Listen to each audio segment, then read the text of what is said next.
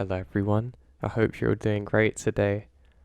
I'm just about to change over to my new system, so I'm really excited for that because literally every single thing, whether it was software or hardware virtually, all seems to have failed on me at the exact same time. Even down to recording this right now. I went to play back a version I just did, the first one, and I can't hear myself back for some reason. But I know it's recording because I can see like the blue on the screen where my voice is, so hopefully it's come out normal. It'd be funny if it was distorted because I won't be able to realise until I've actually saved the video, but that's for later on. Now before this starts, I'd like to share something that I think can help people.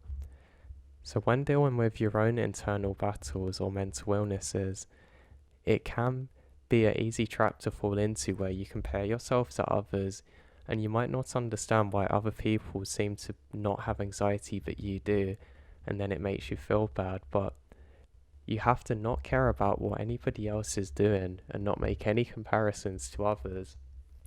You can only ever be yourself, and the other people aren't going to be able to make you feel better if you watch them and think, oh, why are they not anxious, for example, why am I? The most important thing to do is to get help for it. Because I knew for a while when I didn't know what my anxiety was, I used to wonder why everybody else seemed to be able to get on fine, but I should have just been focusing on myself and getting better, and it turned out doing the comparisons was actually making me feel far worse, so it's the fault I think can hopefully help some people. And the other thing too is it's okay to have bad days with your mental health or your internal battles. They're going to happen, it's fine. Don't put too much pressure on yourself or make yourself feel bad if you think, for example, oh, my target's not to have any anxious days, and if they happen, it's fine. Don't beat yourself up over things because they're gonna happen. So hopefully that can make a difference for some people. And there is more I'd like to say, but I literally can't hear myself back, so it's gonna be really difficult and everything's in one take at the minute. And for some reason my current editing software cut out half of the stories I recorded for this video.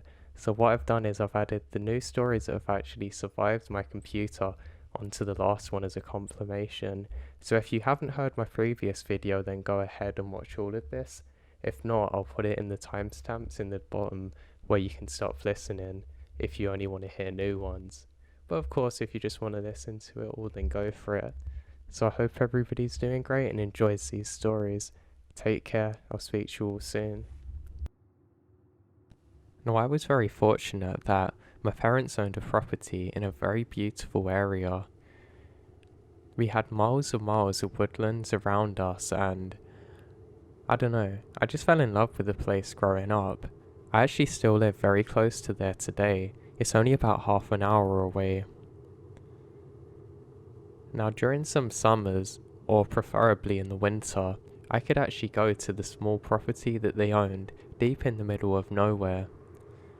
The property in question was kind of like a cabin, but I'm hesitant to call it that because of the scale of it. It was more like a house, but technically not classed as one, if that makes sense. Now, honestly, the best memories I have was being out there on my own. All I needed was a radio for company. I'm not talking about the walkie-talkie one, just the one that you can actually turn on to listen to music. With lots of good memories there was very few bad ones, but there was one experience that I wanted to share with you all today. Now during the winter in question, it was a particularly harsh one. Not that that bothered me too much, because like I said, I love being out there, but you had to be careful not to be caught out at night because of the frostbite or hypothermia that could very quickly take over. One issue I would find is that when you were numb to the cold, you wouldn't really feel your extremities going dodgy. For example, my dad got frostbite really bad on his toes once and actually had to have one of his toes amputated because of it, but at the time he thought he was completely fine. That was until he got home and took his socks off. But to my main story now. During one of these particular winters, I was staying there on my own and having a grand old time as always. The snow wasn't too bad really. It was enough that You'd feel quite cold if you stepped out in it, but not too bad. The trees look beautiful too. What I loved about this particular area is that some of the trees you could actually see through because they didn't have any leaves on them, but others were thick and dense and it looked really picturesque. What I loved more than the trees was walking next to the streams that would flow.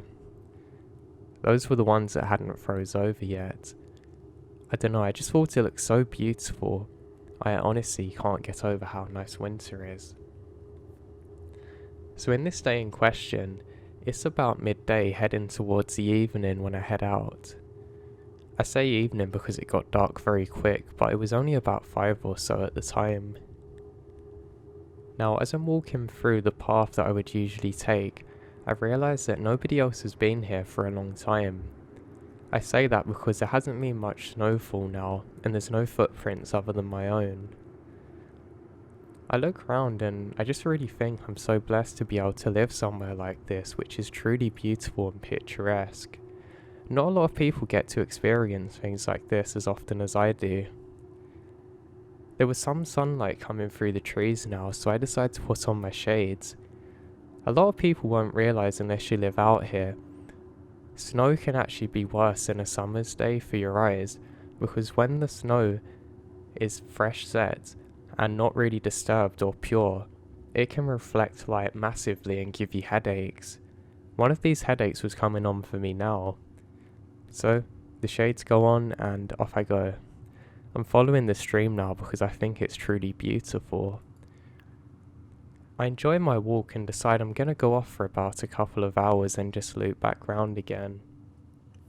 This was before the time that you really had phones, so I was just keeping myself company with my thoughts, something that I often did and enjoyed.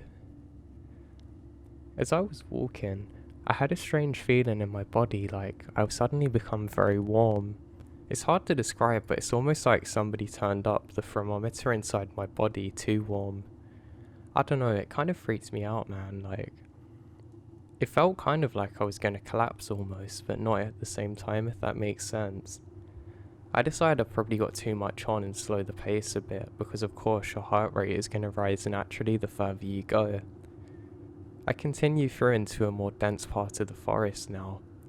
Up ahead of me I can see some logs laying on the road. Well, I call it a road, but it's more of a path, but that was my nickname for it because it was wider than the other paths. I think this is quite strange because it seems like they've fallen very recently.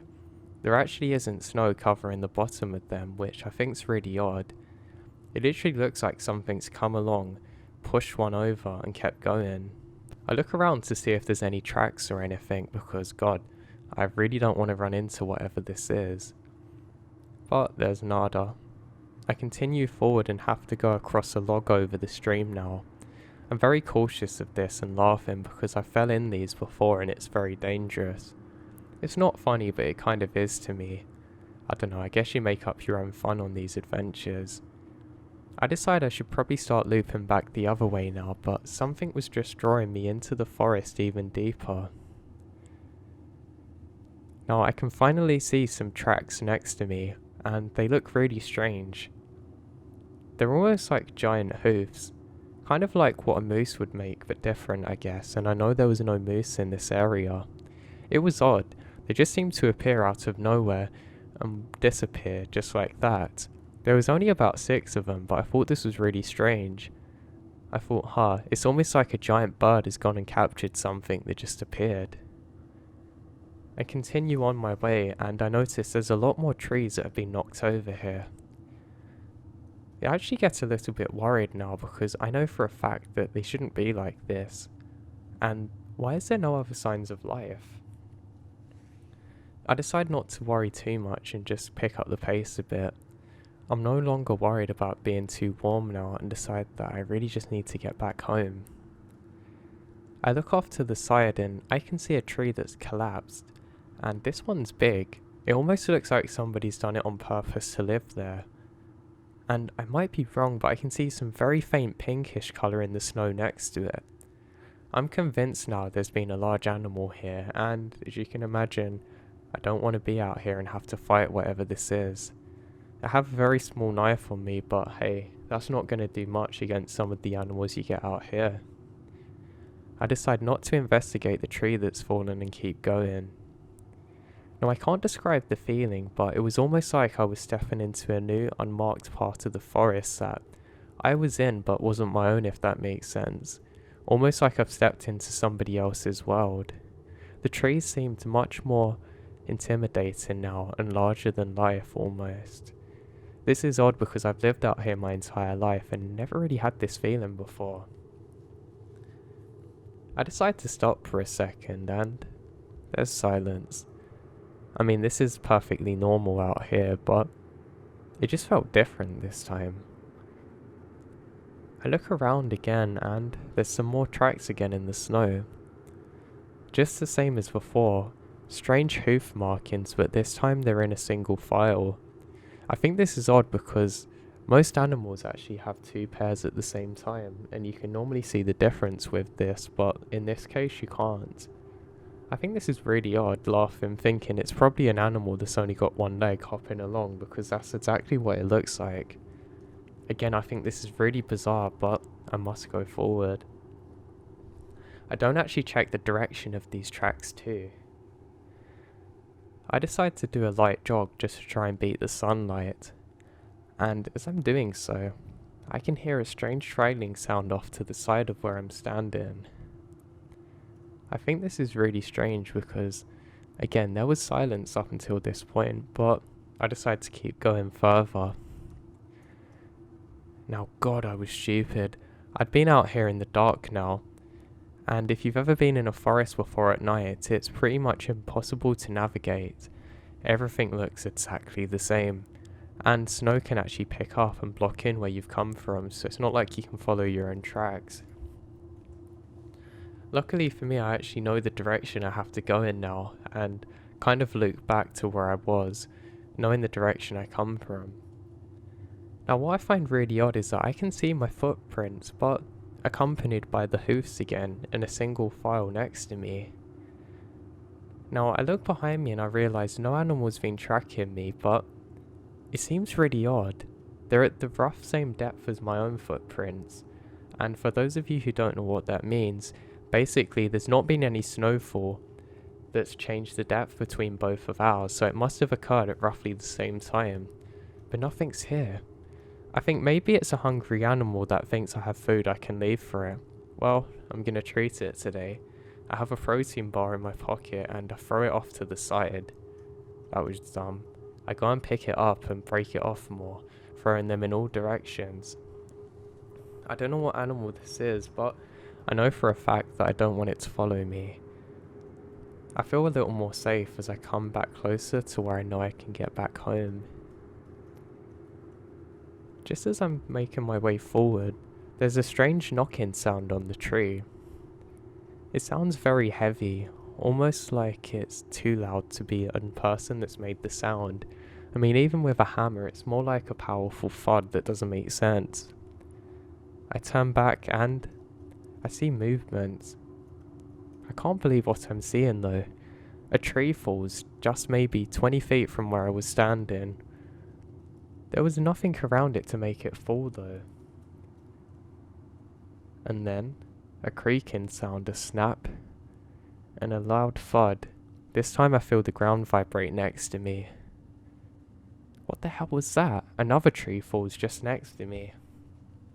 It literally looks like something's leaning on them, pushing them over, but it isn't. Nothing is. I didn't know what was happening, but I knew I had to get out of there, so I quickly do a jog.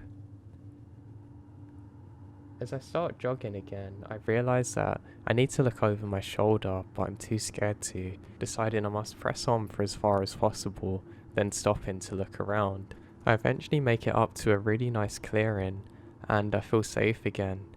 I decide to clear the snow off of a rock and sit down, doing so to make sure I don't get wet. I'm not that far from home now, but I don't know, curiosity gets the better of me. I let out a large hey to see if anybody can hear me or anyone's in there playing games on me, but there's no reply. Dang, I was certain I'd cracked it. it was some stupid kids or loggers who didn't know I was there. Really odd. I decide to walk out into the clearing more now. I can actually see for quite a long way around me at this point, so I'm not really too worried being here.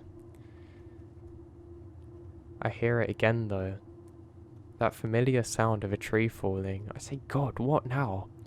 And just off in the distance, a tree falls. It's quite far away from me, but it was unmistakable. I go, what the hell is happening? An earthquake? It's not possible. Why is this?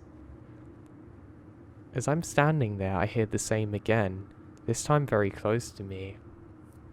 I decide that this time I'm going to be brave. Well, by brave I mean standing out of the way from the trees, but I can't believe what I'm seeing. Another tree crashes down just in front of me. I'm pretty sure that I've lost my mind now.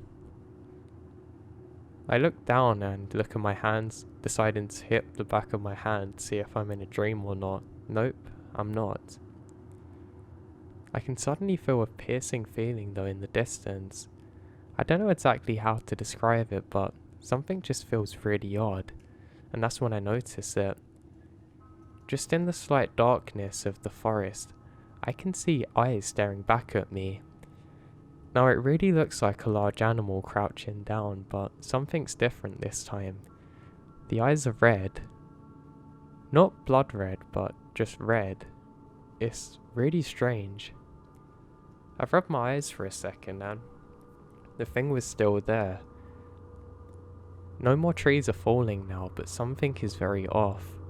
Never in my life have I ever seen anything like this. It's honestly like I'm in a dream or movie. But not a good one. One where the ending's bad for the main character. I look around to see if there's anything else, but nothing. Now whatever this thing is has gone. Now I'm met with two options. I can either go back from the way that I've come, or go the opposite direction to where the trees are falling. I decide I should go to the opposite direction and get to the trees. I think it's safer to be away from this thing, and I start sprinting along in the snow. I have to be careful because there's lots of rocks and things on the floor, and I'm quite clumsy at the best of times, so I'm trying my best to be careful here and not get hurt. I have to capture my breath again because if you live in an area where you've never been in snow and ran in it before, it's actually an extremely difficult thing to do. So I have to stop to capture my breath, and I look around, relieved that everything seems to have gone back to normal. I start walking again now, trying to get to the other side back to civilization. I look over my shoulder and there it is again. Eyes following me. Whatever this thing is has definitely got closer to where I am now. Now I don't know whether it's somebody with torches or something messing around with me, but it seems extremely improbable at this point. The strangest thing too is that it doesn't blink once, which makes me think it wasn't some kind of animal. Again, I must press on now. I make it even further along before I have to stop again. I look down to my side and to my horror, the hoof marks have followed me again. Single file, but I've realised this thing is much bigger than I am. I have size 13 feet and this is at least 2 or 3 inches bigger than my own shoe print. How the hell did this appear? What the hell is happening? I feel almost embarrassed to say it, but I panicked now. I don't remember how long it took or how it happened, but the next thing I can remember is me sprinting. I sprint back to the start of where civilization should be and across a small bridge. I slip initially and luckily catch myself on one of the wooden pillars at the side. I could have been in a world of hurt or probably died if I'd slipped through into the ice because not only the cold, but there would be no help here. I look back and there's some movement again. It just looks like a black mass. Now, I can't say for sure at this point whether it wasn't a jogger or not, and I confused the two, but as you can imagine, I kept going. I just hoped it wasn't a random jogger who was going to be attacked by whatever that thing was. I met with the familiar thud sound again that reconfirms that this isn't a jogger. Another tree's fallen, but this time much further away. This is the first relief that I feel in a long time. I keep going now. Most of the light has faded now, but luckily I know the way back and I can actually follow my footprints in the snow to get back where I need to be. And then I make it back to home after God knows how long. I'm finally back at the start of the civilization, and I don't have to go much further to be back in the warm. I decided that I needed sleep, I needed rest, and that's what I got. I probably slept for a good 12 hours that day. In the morning, I couldn't bring myself to stay for much longer out there on my own, so I called my parents to say that I was going to be going back to stay with a friend. They said sure, that's no worries. A little confused why I come home early, but I said, I just feel like I should be back for a while. And they didn't question me any further. And eventually, I made it over to my friends and never mentioned the story. Now, I've never mentioned this story to anyone because I didn't want people to look at me weird and doubt me or maybe mess up my career. But I don't really have a logical explanation for what happened to me that day. I've never seen anything like it in my life. I would really like to think there was a rational explanation, like, oh, there was some crazy dogger going around playing tricks on me, but it just does not seem to be the case. Maybe there's some kind of animal out there that I don't know about. I don't want to call it a Sasquatch because I'm sure it wasn't that, and I don't really believe in them, but I don't really know what else to make of it. The best thing I can think of is that it's some strange animal, but what really gets to me is following my footprints and nothing around me.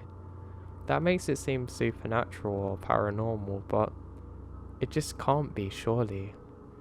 I never really got an answer to this, and it still haunts me to this day. Every time I look at the forest, I feel half prepared to see them eyes glowing back at me. And every single time there's something that falls on the ground close to me, I get shudders and flashbacks to that experience on my own. I never got answers to what that thing actually was, but I'm not sure I actually want to know. I've never experienced anything like this or heard of any other similar stories, so I just don't know what to think.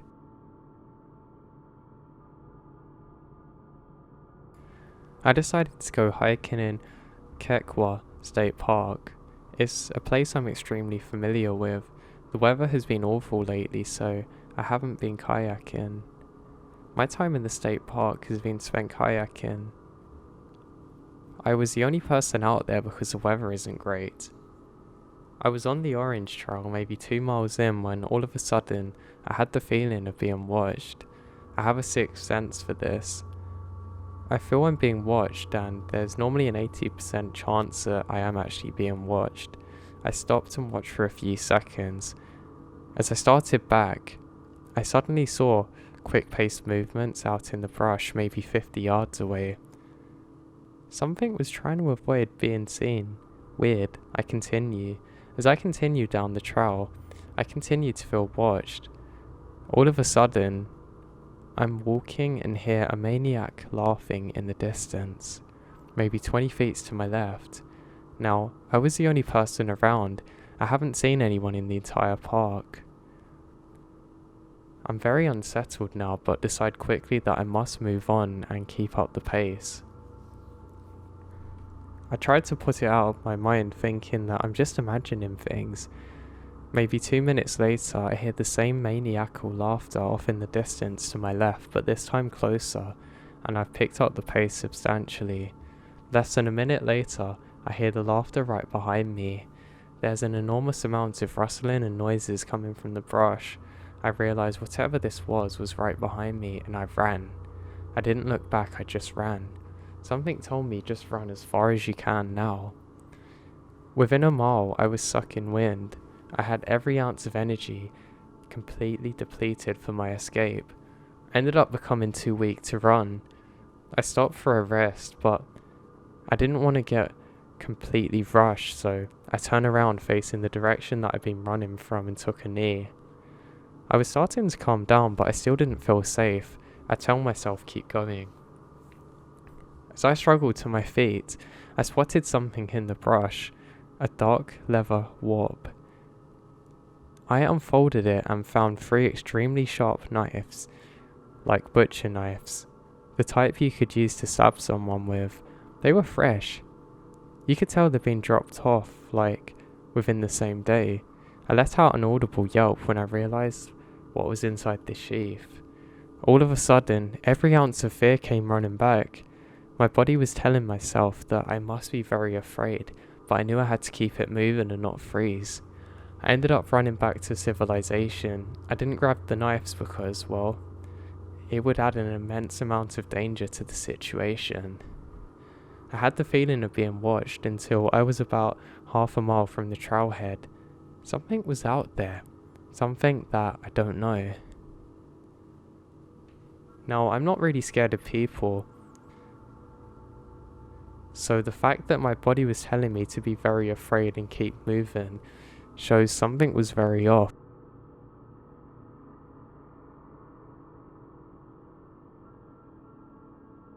So when my friend invited me to go to the Davy Crockett National Forest with him to camp, I was more than happy to oblige. We decided we would camp at Redcliffe Lake Campground for 2 nights. Then for the 3rd night, we would stay at a free camping spot somewhere off miles from the park road scattered throughout the forest. So the first couple of days went amazingly. I loved the smell of the pines, especially in East Texas, and the campsite was beautiful, not to mention the lake. We did some kayaking and hiking. The views there really helped my mindset too. It was awesome. However, on the 3rd morning, my friend got an emergency call and had to bow at the last second. It was slightly upsetting, but didn't necessarily mean that I had to go just because he did. So I decided to stick to the original plan and find a place to camp deep within the forest. After he left, I headed to the nearest forest information center and snagged a map. The map showed the nearby highways in the forest. I scouted a couple of park roads and made my way towards them.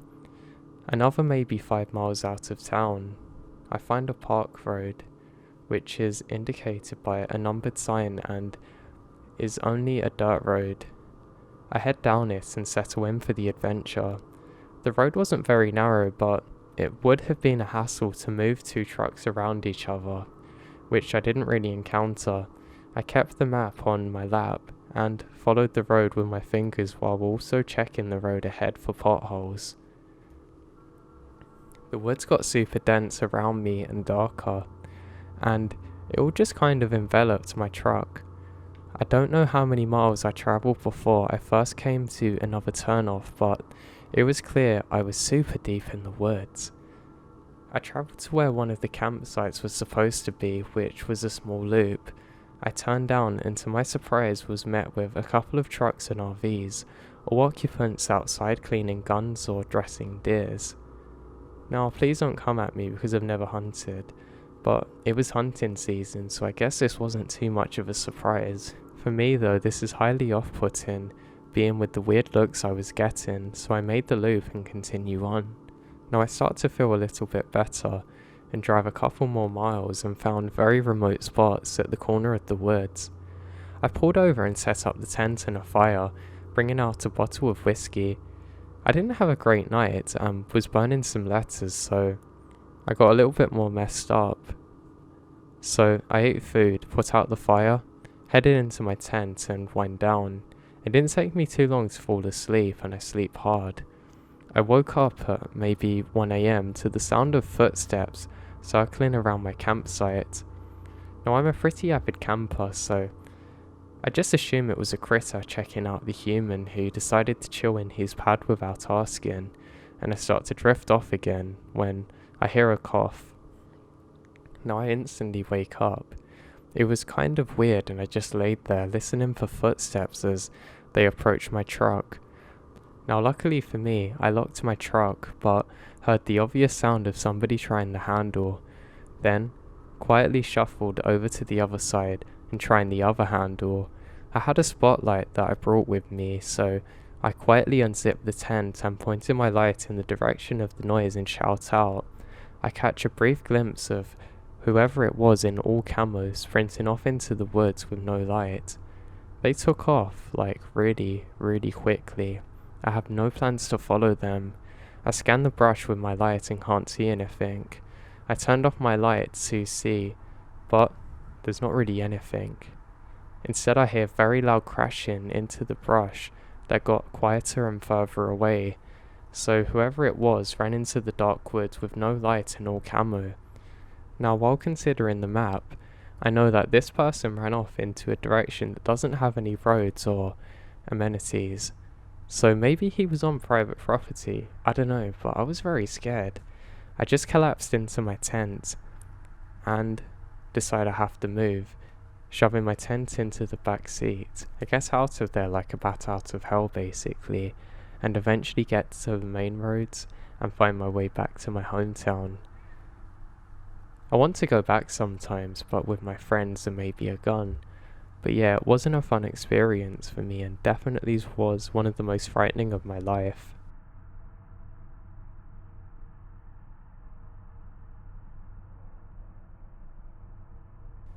So in 2015 and 16, I didn't know what I wanted to do after high school and joined a gap year program in the Colorado Rockies, specifically at Snow Mountain Ranch in Guanabe, Colorado. It's a part of YMCA of the Rockies. It was an awesome gig because although I worked, the room and the board was paid for, and I spent a lot of time hiking, canoeing and adventuring out of the resort with friends I made there to lots of different towns, and honestly these are some of my best memories. I have some creepy experiences though in the woods, like coming across a small herd of moose at night, hearing coyotes in the distance, knowing that I'm being watched, but overall, it was nature, and although creepy, wasn't anything David Attenborough hasn't seen. The only unexplainable and creepy experience I had was by more than one person when we hiked, but mainly drove, through some old logging roads to an abandoned yurt in the middle of the forest. It's Halloween 2015, and there was a staff party. It was fun, and I went as Gumby in a full costume, but since it's a YMCA sanctioned event, there's no alcohol. We decided to ditch the party, and 7 of us crammed into my friend's Jeep to go make a party of our own. It had snowed, and my friend, who I will call Abby, knew about an abandoned yurt because of one of our fellow staff would go out there and drink by himself, which I thought was pretty weird, but we were all gung-ho and tired of the safety snacks and drinks of the party, so go for it. The snow started to pick up a bit more as we went out there, but since Abby had a decent off-road vehicle, we managed. Now, a bit of context on the yurt and the property. Like maybe a decade prior, there was a pine beetle infestation that killed a lot of trees, so they had to cut down lots of the forest. When I got there, they're in the middle of replanting everything, so logging had ceased since. Since there was miles of older logging roads just abandoned, but the YMCA turned them into Nordic ski trails for the winter time, so the yurt was out there for people who wanted to get out of the elements if they needed. So anyway, we drive out there, blasting Halloween soundtrack, which really helped make an ambience. Although it had been snowing a bit, there wasn't enough on the road yet to create an issue.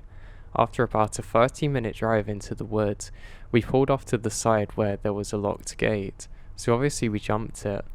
We had brought pillows and blankets with us because we're going to try and stay the night. We had to walk another 15 minutes to get to it. It was in a really cool spot, like in a clearing at the bottom of a cliff. It was 15 miles into the woods and away from the main property. Time to get messed up. We drank and smoked for a good while and had a lot of fun. We made snow angels and a snowball fight. We went back into the yurt after a while and continued our consumption, telling scary stories. After a while, we start to get sleepy. We got in whatever sleeping bags or blankets we brought and tucked ourselves in.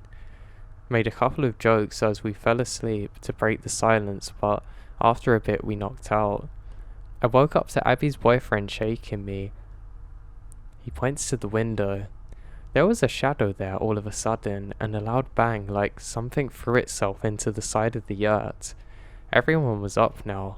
The side of something smacking against the canvas side started coming from all around. At first, I thought it was snow falling off the treetops, but we're in a large clearing with no trees over the yurt. Then, we heard the sounds of something climbing up on the 3 wooden steps and pausing. All of us hold our breaths now, and nothing. Not one sound. Abby was the only girl, and all of us decided that we should rush to the door except for Abby and see what was out there. We opened the door. Nothing. It was quiet as hell. The worst part is that once we've gone outside to investigate a bit, there's nothing. No footprints, no boot prints, or even snow tracks. The snow had blanketed over our prints earlier, so we know it's not ours, which we were looking at before. We thought that maybe the wind had lifted the canvas and made it flutter, but when we checked, it wasn't possible. It was super weird. We thought that maybe the staff member who came out to drink by himself was behind it, but there was literally no boot prints at all. I also don't think it was a wind because me and Abby's boyfriend saw the shadow by the window, and we all heard footprints on the steps.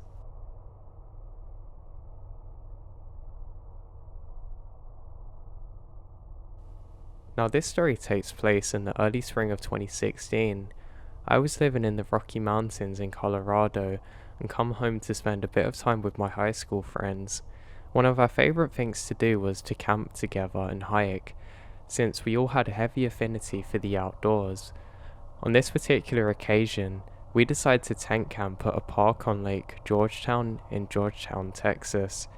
It was a public campsite, but I guess because of the time of year, we were the only ones in the park, so with this, we picked a site very close to water.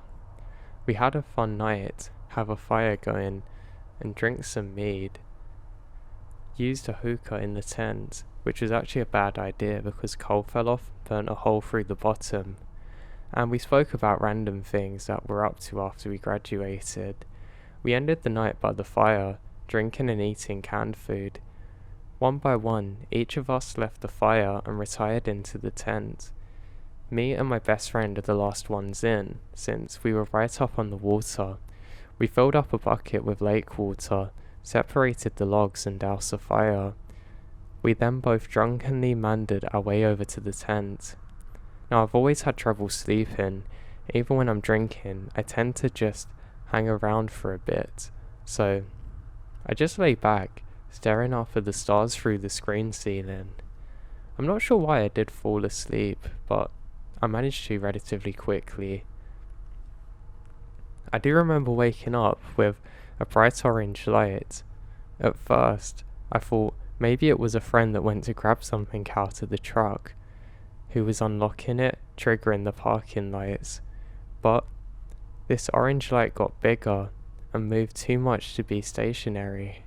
I unzipped the tent flap and see the fires going again. Now, this happened to me before.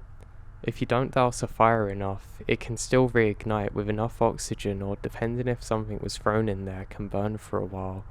But then I noticed that there are pieces of fabric and paper and the fire was going. I woke up my friends and they're all as creeped out as I am. That's when we saw something at the end of the brush. There was a guy in a red jacket who had kind of balding hair. He's staring at us with an empty stare with an empty bottle in one hand. It made our blood run cold, but also, being dumb kids, but he already made a head start. And that's before we made the decision. He was already getting away. We left the next day and called whoever manages the park about the incident. We had checked the fire to see if there was anything salvageable, but unfortunately everything is incinerated. They told us that the Georgetown PD would do more rounds in the park, but that was about it. We quickly forgot about it because it was a pretty one-off experience and the dude didn't hurt us directly. And of course, we all started going to college and stuff, but it was still a pretty scary experience for all of us. Working as a park ranger, there was lots of crazy things that I've seen out in the woods on my own. I'll go through a few for you today. I remember one time one of my colleagues radioed in saying that he was sure he saw a meteorite or a white UFO crash in the distance one night. I said, okay, I don't know what you've taken, but I'm gonna go and investigate, half joking with him. As I set out in my truck, I realised that there was some kind of emergency beacon, and my god, he wasn't wrong. There was a fire trail in the woods that luckily hadn't spread, and, half expecting to find something from out of this world, I was very surprised to find a plane that had crashed. By the grace of God, everybody lived from the accident and was fine, but it was crazy to see. Honestly, it was like something out of a movie. Now that was my first story. The next one is a complete different thing. It was when I was on vacation in a desert with some of my cousins. Now we were going on this long hike and it was close to nightfall. Now my youngest cousin kept on sprinting off, and it didn't bother us because a few of us were actually rangers or had military experience, so we felt relatively safe. Now, my cousin twisted his ankle and we're all quite annoyed because we know how dangerous this is. If it's a fracture or break, it's going to take a while before we can get back to help. Now, I rush over to go and help him, and I also fall down too. I fall down onto rocks and land on some kind of scrub or destroyed wood. I don't really know how to describe it, but almost like a big bit of wood that's been there for years that was once a tree. Now this thing snaps and my other cousin grabs my arm and says, "Jesus Christ." I say, "Yeah, I know it's slippery here." He says, "No, look." He then shines his torch off to the left and I can see literally hundreds of cactuses below. It was a good 20 feet drop down off of these rocks too. If I had fallen into them, well, I don't even want to think about what could have happened. More than anything, I was just glad that my youngest cousin hadn't gone and got hurt, because God, I wouldn't be able to forgive myself if that happened. Now, for my next story, this is more just creepy than anything. I wouldn't necessarily say it was a paranormal experience, but just something really odd. Now, while I was working as a ranger, one particular evening I got a call out to go and investigate a potential illegal fire, and I thought, yeah, that's fine. I wasn't too worried about it. To be honest, normally the fires in the area that I was working in didn't spread very quickly, so you didn't have to worry much. It wasn't like there was going to be huge wildfires, and the firefighting service were extremely good where I was based. I radio in and say I'm only about 10 minutes away, I'll go check it out. Now, I remembered going to investigate this area, and when I got there I can't see anything. There is, however, a strange light just above the tree line. I think this is really odd. It's not like a plane or helicopter, more like a drone, but this was actually in the times before we had drones, so I think this is a bit odd. It eventually flies off really quickly, and I think maybe the military are doing something here. Eventually I make it back to the station and radio in what happened. Someone else answers saying, "Thank God. We haven't heard anything back from you for hours. What happened? We're really worried about you and we're starting to investigate." I confused, say, "No, I was only out for probably 20 minutes. What are you talking about?" I then look over to the clock and I realise that I've been out for a good 5 hours. Even to this day, I still can't explain the experience, and it kind of gives me chills in a way. Now, for my last experience, it's kind of a weird one, but I want to know what you guys think about it. So this story actually comes from a friend of mine and not me directly. He said that he was out on a hike one day when he becomes completely lost. Now, he was lost to the point that he thought he wasn't going to make it back, and he didn't have any communication equipment at the time. He had basic survival training, so was actually okay, but he really thought he wasn't going to make it. Now, one morning when he was trying to figure out what to do or praying for signs of rescue, he sees a yellow dog up ahead of him. He's convinced that he's hallucinating, but he goes over to see what it's doing. It's playing with something in its mouth, and he quickly grabs it off, realizing that it's his shoe. He puts it on again and says, "Hey buddy, what are you doing here?" with the dog beginning to walk off. He decides to follow it. The dog keeps looking back and pointing almost in the direction to go. He says he's accompanied by the dog for at least 2 hours until eventually it runs off down an area that he can't actually see into. Worried about losing his friend, he sprints off after it and he's met by a group of other people. It's a search and rescue team. One of them runs over giving him water saying, "How are you?" He says, "Great, your dog must have saved my life." He looks at him a bit weirdly then at his buddy and says, "You need some water, bad." And eventually he gets taken off to a hospital. He eventually recovers and is completely fine. He goes to ask some of the rescue team what happened to the dog. Was it a wild one? And they say, "There was no dog there. We didn't know what you were talking about. We thought maybe it was a stray one and you got bitten or something and were going crazy, so we had a look round, but there was definitely no dogs." Now what makes this even more weird is the fact that my friend still has that shoe to this day, with clear bite marks from a dog that couldn't be made by a person.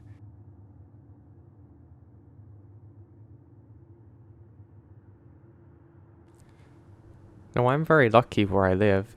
There's a beautiful forest and river that's not too far away. The river starts near the houses and the people, but if you follow it down long enough, you can eventually get over to a really nice secluded area of woodland. Now, I was previously a forest ranger, so as you can imagine, I always like to be out in nature and exploring generally. Now, for a while I didn't actually go out much. I still wanted to explore and whatnot, but I couldn't be bothered where it was extremely cold, so I waited until it became around April, May time, and I once again started following the river. The river had some birds and things on it, and some other big fish that you would very occasionally see in the river. I never bothered to fish any of these because I couldn't be bothered to, but I thought it was a really nice touch. Often I would find myself putting in my headphones, listening to some kind of book or just relaxing music and having a stroll down. I don't know, sometimes you can feel like the world's getting on top of you for no reason, and it's important to just get outside to relax. So in one particular morning I was doing just this. Now I know what you're thinking, surely if anything scary was going to happen it would be at night, not in the very early hours of the morning, but wait, I'll get to that part. So I set off like normal. I decided to stay far from the river because the rocks actually really hurt my feet sometimes and I have an issue with them.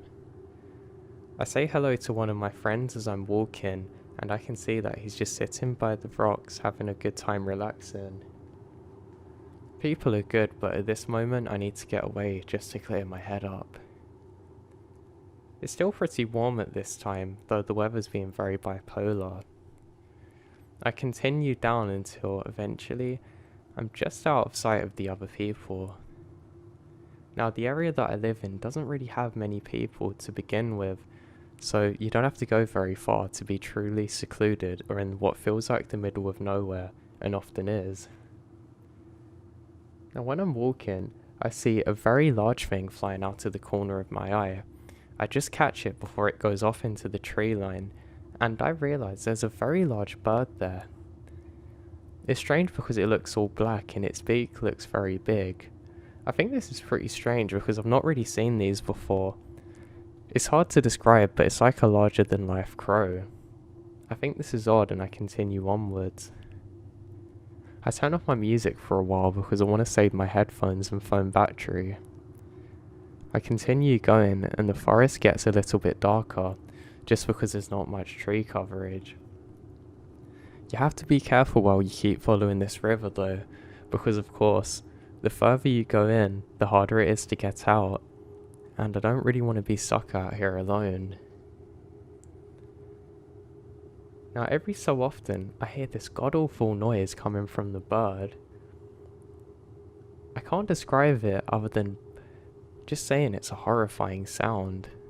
It's almost like a screech that sounds like it's human, but it's not quite. I haven't heard anything like it since too, which is pretty odd. I assume that it's gotta be another animal that this bird has just gone and annoyed, because surely this isn't making that much sound. I really wish I could describe it to you, but I can't. It's almost like a piercing sound, like metal being scraped, but more biological sounding. It really throws me off when I'm walking because it makes me jump and my eyes actually go blurry for a second from the adrenaline and the panic of it. I decided I should just keep on now. Now, one really strange thing about this is that the bird seems to be following me. Now, I might be paranoid, but I decided to pick up a rock just in case I needed to scare this thing off. I mean, hey, it was ruining my lovely day for me. But eventually, along with my new friend the rock in my pocket, I forget about the bird and continue on my way.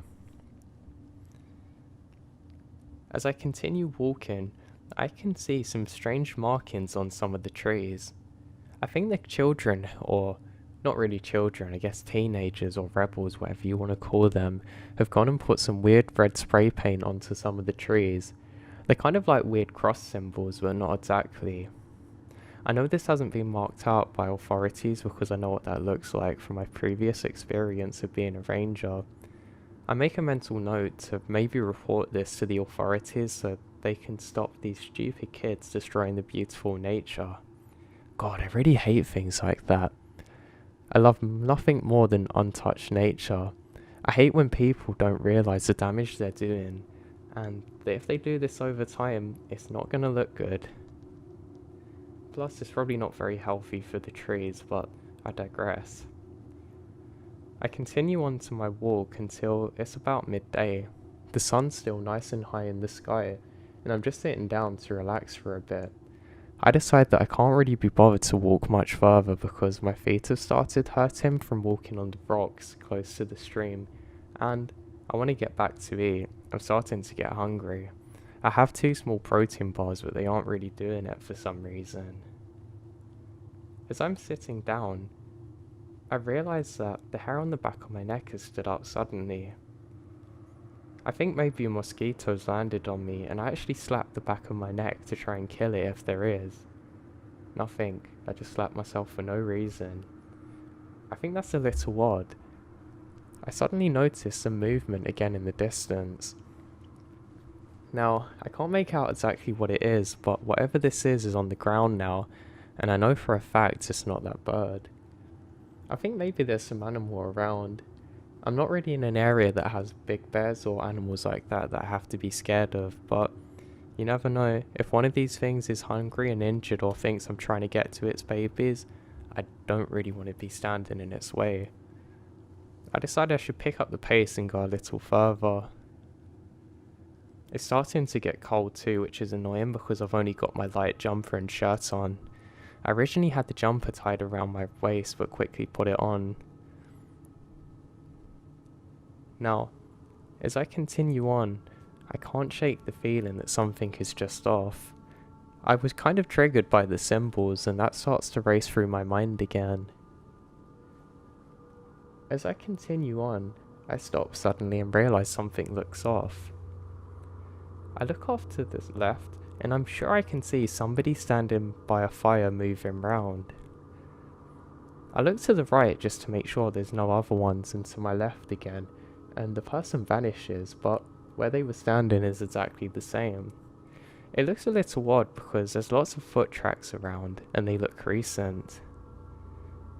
I decide I should be very cautious now, and slow down for a minute, stop, breathe, and just observe.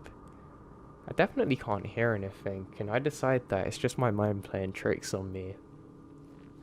Now I know what you're thinking, oh, you're a ranger, this shouldn't happen, but trust me, if you're in a job that's that isolated, you actually get used to the fact that sometimes your mind's going to fill in the gaps. It's not necessarily from you being bored, but more your brain. There's a thing where your brain tries to create images that aren't actually there. And I don't know, I'm not a scientist, but look it up and you'll know what I mean. So I hesitantly make my way over there.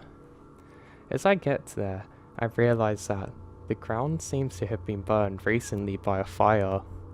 It's almost like a bunch of people have been dancing around here, but I can't figure out exactly why this is.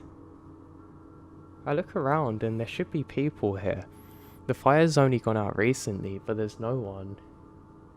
And then, just to my left, I see movements out the corner of my eye again. I'm not sure why, it always seems to be on my left side no matter where I move to. I actually rub my eye to make sure that nothing's in it. And then, I think, what's he doing out here? Why did he make a fire here? I say, hey, and my friend's name, what are you doing? And then there's just laughter. Now the strange thing is, the laughter doesn't seem like my friend, if that makes sense. It's still my friend's voice, but it's not welcoming. I say, hey, where are you? What are you doing? Now I realise something is off. I look around and I cannot see my friend anywhere, but I keep hearing my name being called out. I say, yeah, this is really funny, but what are you doing? I look around and again, I can't see anything. I say, hey, that's really funny, but I'm gonna go now. The voice then says, no you're not, followed by more laughing. Now I'm not afraid to use it.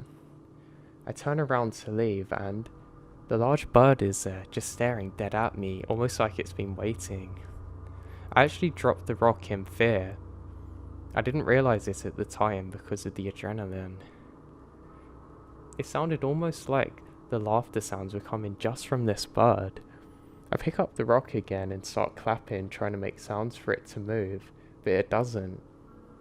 It's something that I've never seen before. It's literally like a crow, but maybe 3 times as big or 4 times as big as a normal crow. And it doesn't seem to have eyes. I can't really tell because I didn't have my glasses on at the time, but it does not have eyes. I'm almost convinced of this. And I get a really weird feeling wash over me. I hear something behind me. I glance over my shoulder and glance back, and the bird's gone. That's about all I needed for my brain to tell me it's time you get out of here. So, I decide to start out with a more medium pace.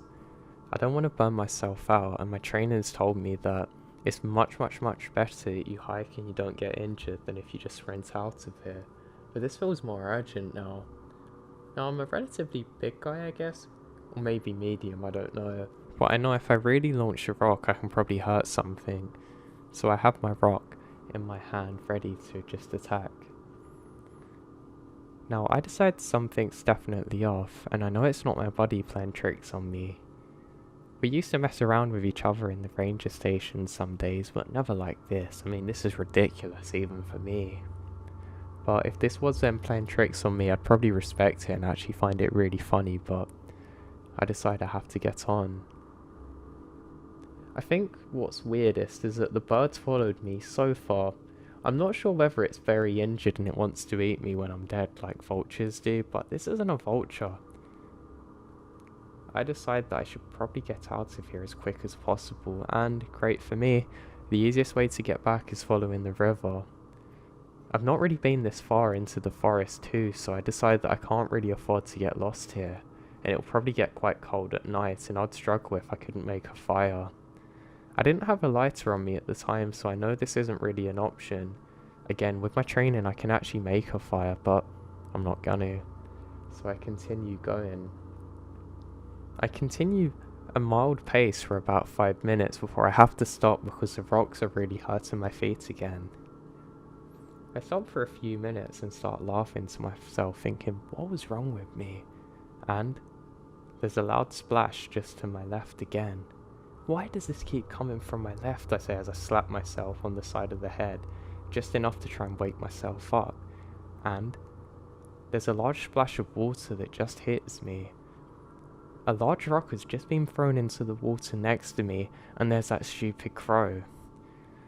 I throw a rock as hard as I can and it just flies out of the way. What the hell is this thing, I think to myself. Why is it following me? I now break some of my own rules and panic a bit and start sprinting. This is accompanied by laughter of my friend's voice again. Now, you can imagine I went into high gear now. Through the grace of God, I actually didn't hurt myself on the rocks or fall. Well, not for a few minutes at least. I eventually tripped and hurt my leg, and I started laughing to myself as I got up again, saying, "This is such a me thing to do," and I continue going. The laughter becomes ever more faint as I continue on, trying desperately to get back. I sprint for a long time, and luckily I'm fairly athletic, so I managed to make it out of the secluded area into a more medium part, if that makes sense, where you're not too far from civilization. I turn around again and realise that I can no longer hear the laughing, and I don't think the crow thing's following me anymore. After a bit longer, I realise that I'm up to relative safety now, and I'm not far from where my friend is. I'm very, very relieved to realise that. When he sees me, he says, "Hey, what's wrong?" I say, "Yeah, I just had a bad fall, I'm fine," and continue on. I made it home, and of course the first thing I did was call my friend saying, "Hey, what are you doing right now?" He says, "Oh, I'm just at home with my wife and kids. We've been home all day." I don't need to hear anything else and say, "Oh great," make up some excuse and end the call. That was confirmation in my mind that this is one messed up situation that I still don't have an explanation for to this day. I don't know what that bird thing was doing or who that person was out there, but I'm glad I never had to find out. I would hate to say it was anything paranormal, but my mind instantly goes to some of the old folklores about creatures out in the woods that can imitate yourself or others. I don't want to say it was that, but I kind of hope it was, because if it wasn't the case, it was probably people with speakers trying to capture or kidnap me, but I just don't think that seems likely with where I live and everything. I don't know, it was a pretty awful experience that I'm trying my best to forget about. And yes, I haven't been back to that area since. Even if I do my own solo hikes now, I don't ever have my headphones in.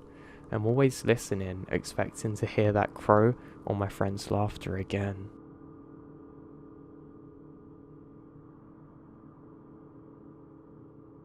I was hiking with my dad in late September on the west coast of Vancouver Island, which is usually when bears are flanting up for the hibernation are most likely to be aggressive, and since we're a couple of days walk from either the trailhead, we're on high alert.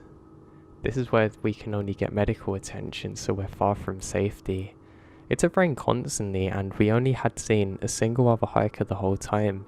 He was travelling the opposite direction, and we had camped beside him 2 nights prior, so for the whole trip, the only tracks that we saw looked remotely fresh, and were a single set of boots hiking coming towards us. It was a pleasant and solitary German tourist, and we'd only seen them in places with extensive overhead cover.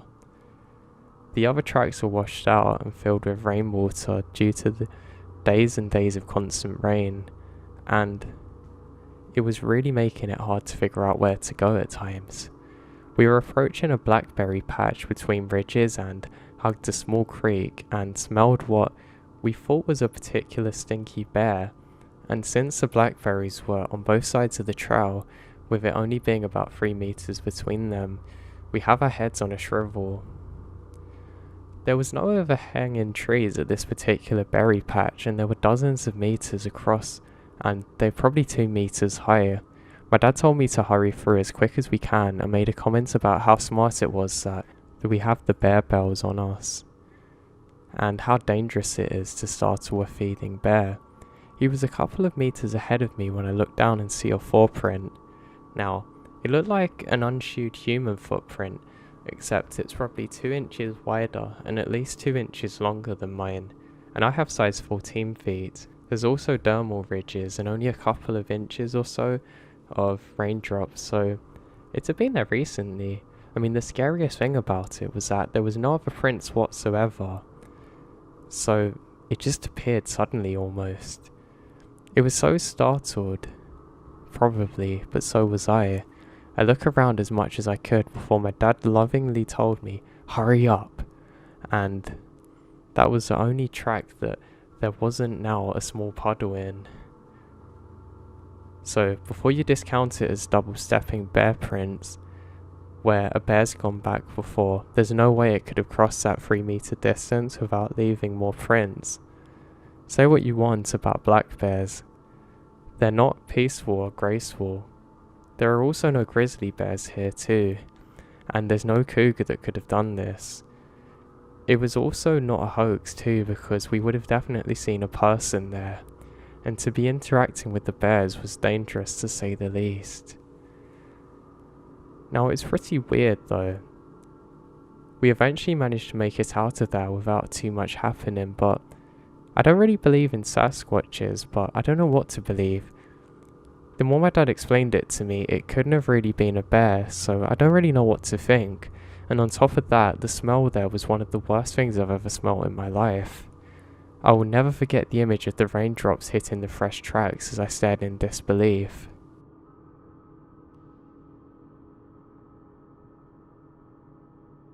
I grew up in a small town in western Massachusetts.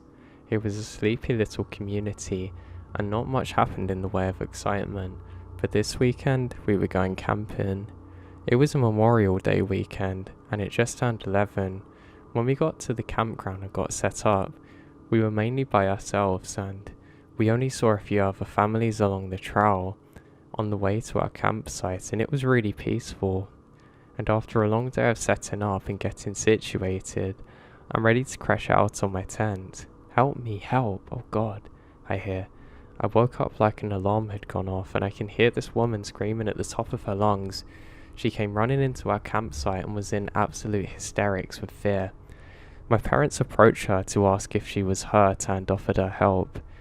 She pushed past and kept running, all the while screaming. We followed her to the ranger station, as did a few other people from nearby campsites. She woke up the entire campground with her screaming. I remember the police showing up and all the flashing blue and red lights. 2 officers were standing around her as the paramedics wrapped her in blankets. She kept saying the same thing over and over again. It's a werewolf, it has to be. The paramedics load her up in the ambulance and it drives away. A few more cops appear and begin searching through the woods. My dad said go back into the tent and sleep. I don't know what happened after that. Sometimes I still talk about the nights that it happened with my parents. We all remembered it and it still gives us goosebumps. I don't know what the girls saw in the woods that night. I don't know if it's still out there.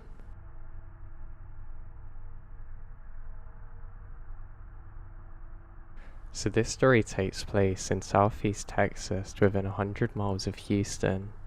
I was in college but had moved back in with my parents for a semester after some roommate drama.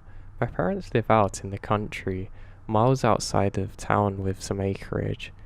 The land in the back of the house consists of 4 zones really. You got to the backyard with the nice St. Augustine.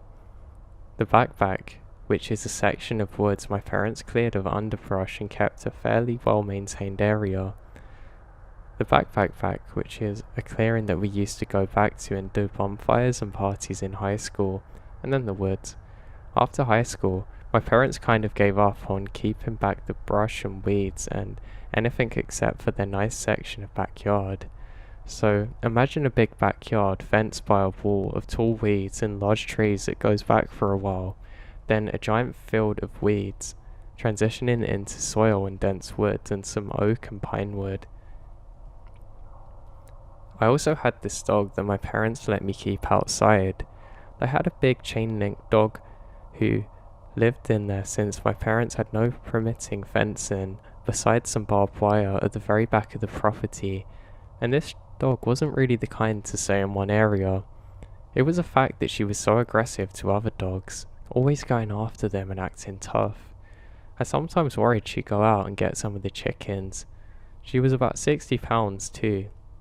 Now since I was in college, I had no curfew or anything and would always come home late at night / early morning after hanging out with friends or studying or whatnot. On this particular night, it was pretty cold out. Even though she still had a house and bed and straw out there, I felt bad for my dog, so decided to bring her in to sleep in the garage. I should mention, now I probably should have been more careful because this happens quite a lot, but somehow this dog always got me. She would wait in the back until the gate was unlocked, and I was in the run, the gate closed with the unlocked horse latch. Run around me and pop the gate latch with her nose and bolt off, so of course she did it. And I was standing there in the cold in the middle of the night, annoyed because I knew I had to find her and return her. The moon was pretty bright, and I had seen her flying into the weed wall and disappear, so I followed her into the night, calling her name. There were some little trails through the weeds, and we tried to keep open so that we can access a property, but they were less wide than a person can walk through, and the weeds are taller than my head. It was dense. Anyway, I'd gone a ways, and we had passed through the wooded section out into the clearing, and I get quiet, trying to listen to where she's gone, and I hear intermittent rustling out in the woods, which at this point I've got to point out is a really dark outline of the tree line and weed jungle. The rustling wasn't the sound I expected, since she usually crashes through the woods. In my head, I'm thinking, what the hell is she doing now? Honestly, I thought she's probably rolling around in some dead skunk, and I was going to have to bathe her. Figuring it was my wild dog making the noise, I call out her name again. As I got closer, it becomes apparent the rustling is not the sound of an animal charging through the underbrush, but more like something intentionally shaking the trees. Like if you grab a branch and shake it, and all of the connected trees and vines shake too. It was close enough now to make out individual branches silhouetted at the top of the tree line, and I could see that whatever was going on was causing the trees to shake all the way to the top. This was off, and decidedly not my dog pacing around. I'm quiet and freeze. I hear in all these stories people talking about how they notice something in the woods go silent. I can't remember this happening really, but as I stood there, I clearly hear 2 or 3 loud deep huffs. I guess it kind of sounded like a ball with a deeper fluctuating, kind of fluttering sound. And it seems to be coming from around my head height. For some reason, my mind kept registering that this thing was a lot closer to me than the tree line. I remember the distinct feeling that the noise is directed towards me, and I get a feeling in my gut like my whole body is stuck. Now, rational or not, I yell my dog's name, and with all my fear and urgency, I turn and ran as hard as I can.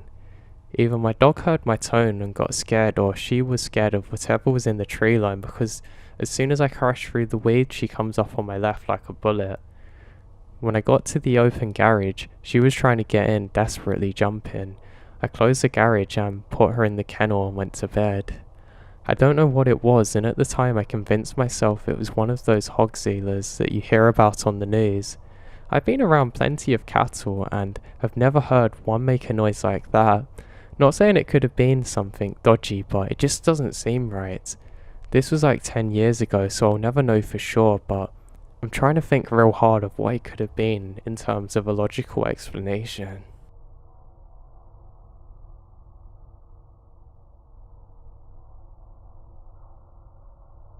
My uncle has a large area of wooded property in Missouri. It's about a 1.5 hour drive from St. Louis. He has a cabin there, a small man-made lake, and trails throughout the woods. When we visited, we would spend a lot of time driving ATVs down the trails. One of the trails leads to an abandoned mining area. The area has a toppled over mine shaft, a couple of cement buildings, and a sheet metal storage shed for core samples. And the sheet metal building with showers has a couple of rooms. There's a metal fence separating the 2 sections of it, which are mostly intact. A lot of the area hasn't been used for mining for lots of decades, probably even a century. All of this lies in a large open area that has no trees and just sand and mud flats, which made it a perfect place to drive 4-wheelers. We'd visit a few times each year, and take out the 4-wheelers out to the flats and have a great time riding. We never felt unsafe, and sometimes we would even go out to night to stargaze. Eventually we begin to realise that there's these sites popping up at the edge of the woods around the flats. like sticks stuck in the ground, in lines or weird circle patterns, almost like burn piles. And there was eventually shotgun shells, bullet casing, and beers around sometimes. We'd even see weird symbols on the floor. It was made out of trash or spray painted. Basically, it looked like people were shooting targets and drinking out on the flats with a touch of weirdness with the symbols. I didn't really think much of it, and we just decided that we wouldn't go out at night and started carrying guns around with us when we go out. What finally did it for me and kept me from going back out there is when we discovered that the fence has been nearly completely destroyed. Only the posts are left, and on every post there's some can or jar of something on top. And throughout the flats on the trails, it's rampant with these weird things everywhere. Kind of like containers stuck onto the end of branches and whatnot. Again, it wasn't too weird. Like, we know people like to go out on break and stuff and just do stupid things, but what got us was the scope of it. The fence was probably half a mile in length and every section of metal mesh had been removed, which would have been considerable because it would take a long time to do it and you'd actually need bolt cutters. And that alone wouldn't be too weird, but the thing is, none of the metal was gone. That was probably the most valuable thing. I would understand if they took the metal, but why would they just leave it there perfectly intact? Now, the last time that I was actually brave enough to go out there was 10 years ago. I've now moved states and have limited contact with that part of the family, so I don't know if anything else has happened. So it's nothing paranormal, just really weird.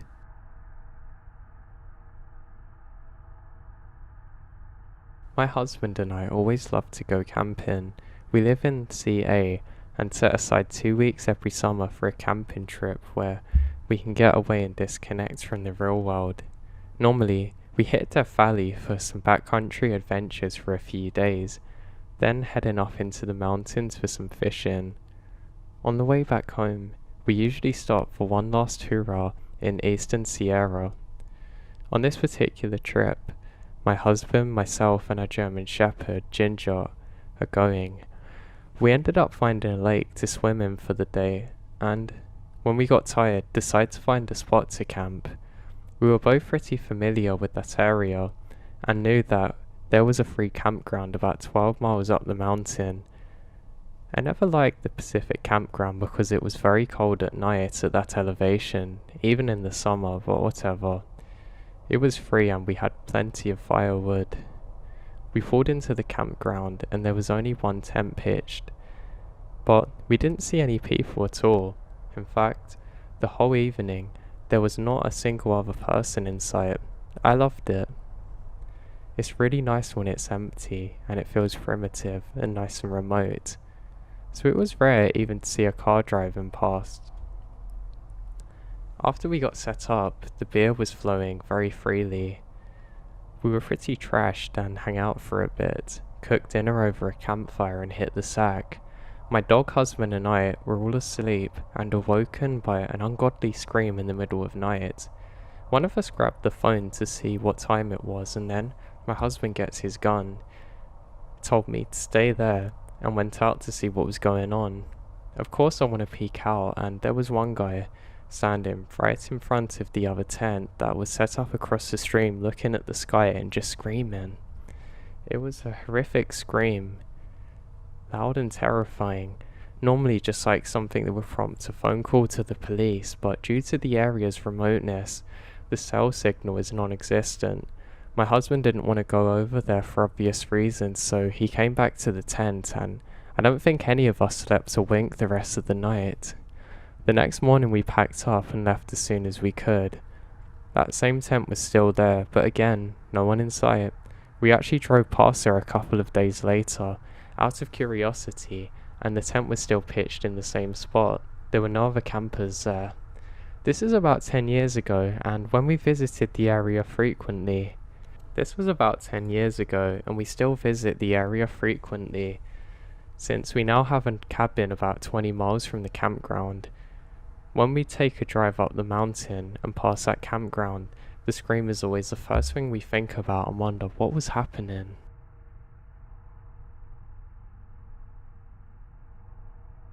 I'm going to try and keep things clean and concise and to the point, so I'm going to start with the creepy but natural.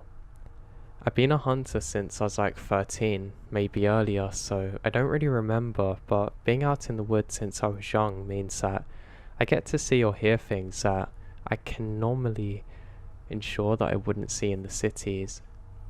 I've had a few different instances where I've been thoroughly creeped out in the woods, and I'll get to them, but I want to start with a not as bad one.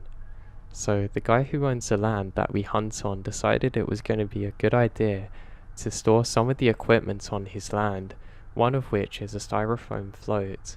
Now, one year we got out there to check it out and pick it up, and that big piece of styrofoam had met its demise to a bear. Now you could tell that the bear really had a go at this thing because it was torn to shreds.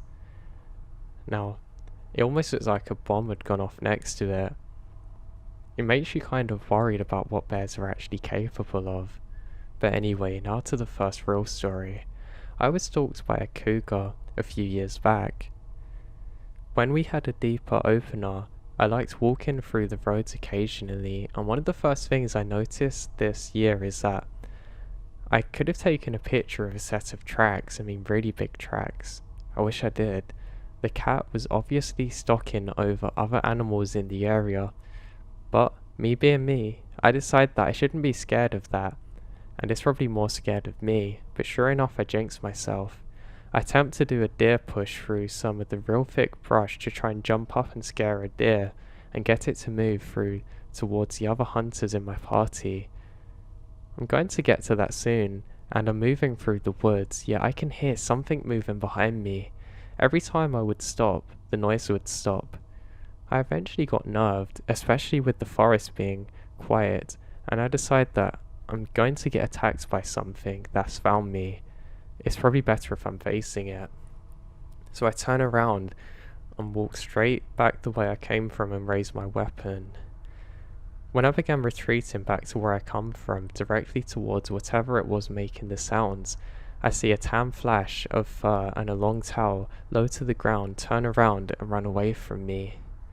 Then, the next day as I was doing a walk up to the main road with my rifle, I'm close to the tree line when I hear a deep growl.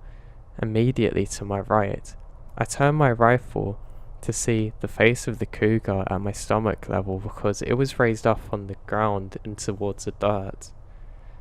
I calmly backed away and walked up towards the road that I came from. Now for wolves. One of my favourite ones, and it's quite a simple one. A few years back, my dad shot a deer and we gutted it. If anyone here is familiar with the field dressing of an animal, you typically gut the pile just out in the woods. This was like that this year, and we found out that there's a wolf pack that had actually moved onto the property. So, my dad leaves a gut pile a couple of 100 yards away from the stand. The day after, I was sitting in my dad's stand while he was doing a big loop on the property trying to scare deer towards me, and he was getting close to me, which I didn't know at the time.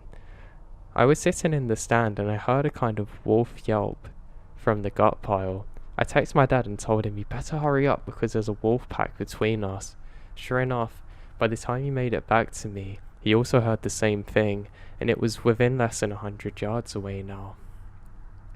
This year, just in November, I actually took pictures of old tracks very close to the trail and next to my size 13 boot, and the tracks are huge.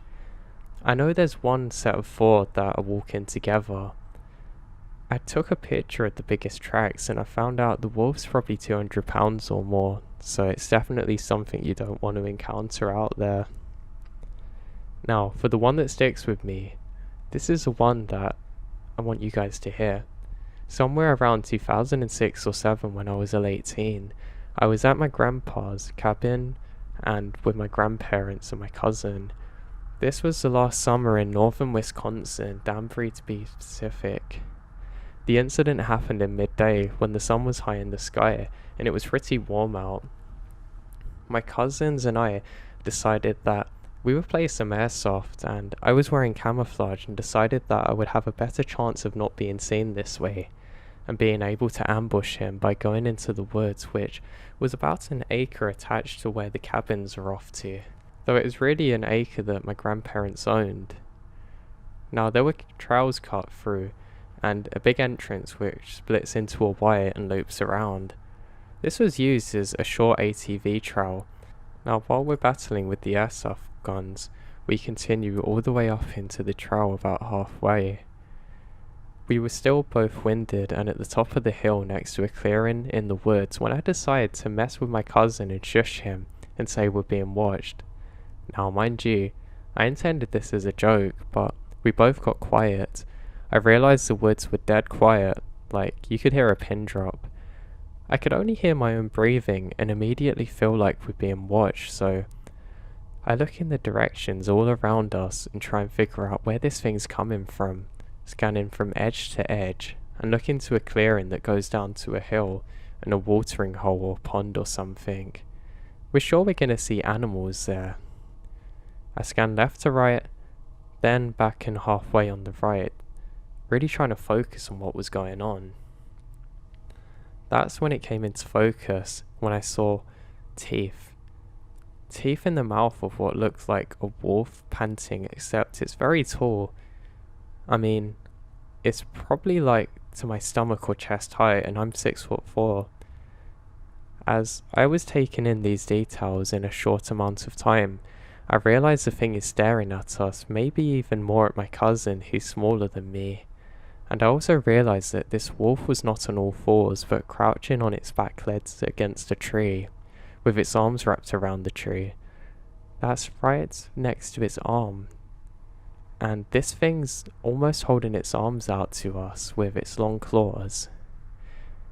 In the short time that I looked at it, I said to my cousin that we have to go. Now my cousin took off like a bat out of hell. Being a baseball player, he was a bit quicker than me. He ran and I looked back at the creature and it locked on with laser focus, took my cousin and stood all the way up and began running towards us, which makes me run. What I remembered from it is that it was significantly taller than me, completely upright, and when I ran, I could hear it crashing through the woods behind me. After running and running, we eventually reached the wire, and this thing is standing there, waiting for me. I told my cousin go, go, go. We ran into the parking area by the shed and stopped talking because it sounded like it stopped chasing us now. At this point, we agree we can't tell our grandparents because what we saw essentially appears to be a werewolf and probably is more likely a bear, but I don't know. Unfortunately, my cousin never actually got to look at it other than just a flash of reddish fur, maybe more of a brown colour. But then again, he's lucky because every time I think about it, I get scared. I'm leading up to this, and even afterwards, I've always had a bad feeling about that night. Now, whenever I'm by the campfire, I always feel like I'm being watched. One of the things for you guys to memorize is that if you're out in the woods, if the woods go quiet eerily, most likely there's a large predator in the area. If you have a gut feeling, you should just follow it. Gut instincts are the reasons that our ancestors stayed alive. If I'd frozen fear, we would have died. I have one last thing to add, which is from a few years ago when I was hiking with my wife in a local park. We got followed by an unknown animal. As we're moving up through the trails through the woods, there is something tracking us, moving as we're moving, stopping while we stop. What made this weird is that it wasn't like a normal animal, but it sounded like we were really being followed tree to tree, and it sounded big. The reason why I said this is the thing chased me and my cousin, and people say that it's a dog man. They say that they're intelligent and apparently good at tree climbing. I also say that these creatures are apparently really good at following people, and seemingly managing to stay out of sight for a long while.